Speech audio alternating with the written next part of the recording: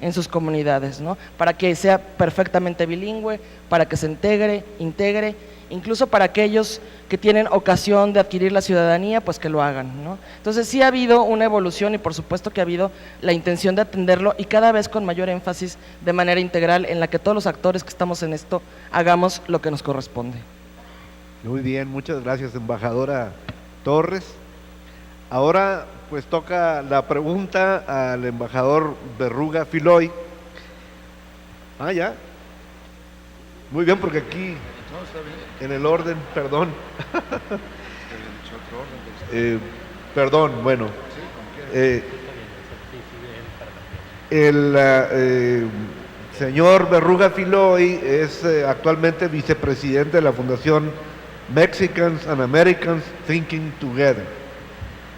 Él fue subsecretario de Relaciones Exteriores, nos tocó ser compañeros de trabajo cuando yo comisionado presidencial para la frontera norte, pero también tuvo la distinción de ser el embajador de México ante Naciones Unidas del 2003 al 2007, un cargo de honor y de gran representación, señor embajador. Y bueno, la pregunta es en torno de cómo deberían de abordar conjuntamente esta problemática los dos países para proteger los derechos humanos, la familia, el trabajo, la educación. ¿Cómo ve usted, embajador? Bueno, así formalmente muchas gracias, senador, por esta invitación. Y de veras felicitar al Senado y a la Cancillería mexicana por llevar más temas de política exterior a toda nuestra gente, que no crean que es un tema de ciencia oculta lo que practicamos los diplomáticos, aunque a veces lo parezca.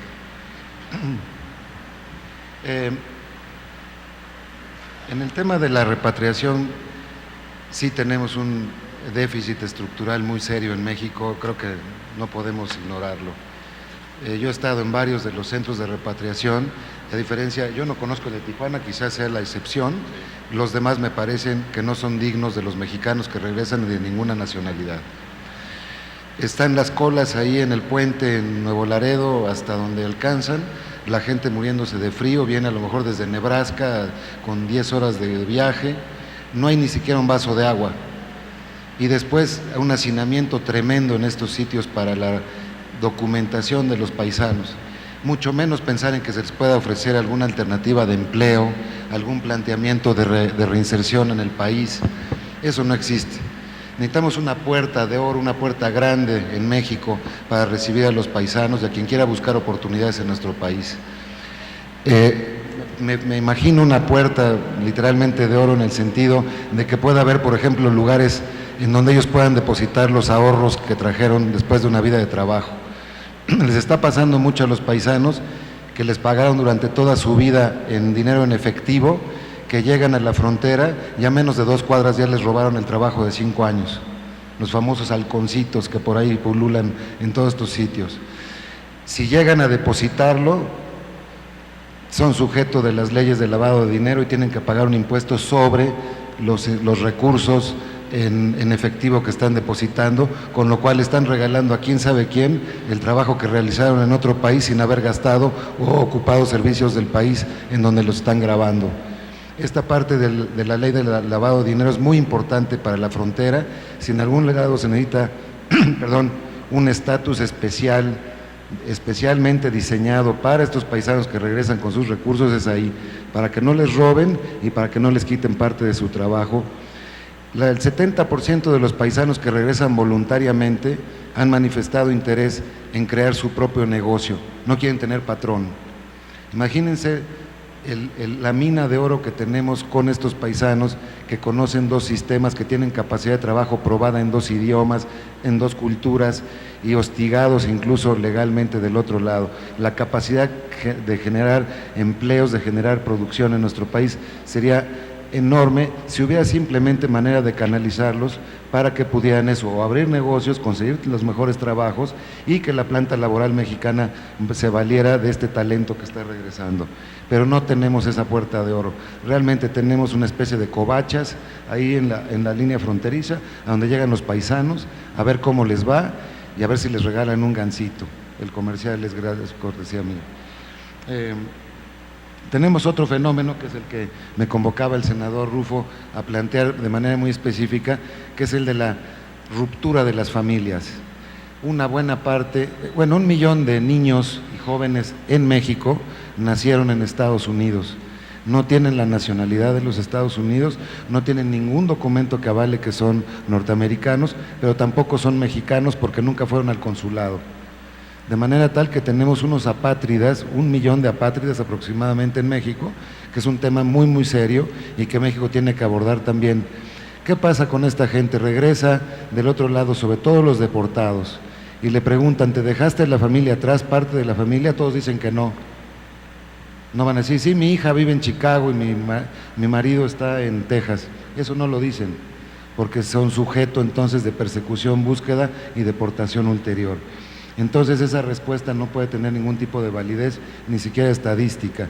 Lo que requerimos es precisamente que la autoridad mexicana, si posible desde los consulados en el inicio, hayan registrado cuántos miembros de familia hay, para que cuando llegue uno acá, el Estado mexicano sí sepa que hay 2 mexicanos por ahí perdidos en Chicago o en Texas. Esta parte no la sabemos tampoco. Es decir, yo resumiría mi presentación diciendo, no tenemos conexión entre los 2 Méxicos. La conexión es muy defectuosa, por decirlo de manera elegante. Tenemos que conectar, por razones de interés nacional, al México que está afuera y al México que está adentro. Los mexicanos que viven en Estados Unidos equivalen en su productividad a la economía de Suiza. Serían el país 24 del mundo si fueran un país independiente. Tienen una productividad de aproximadamente 2/3 partes de lo que producimos los mexicanos dentro de México.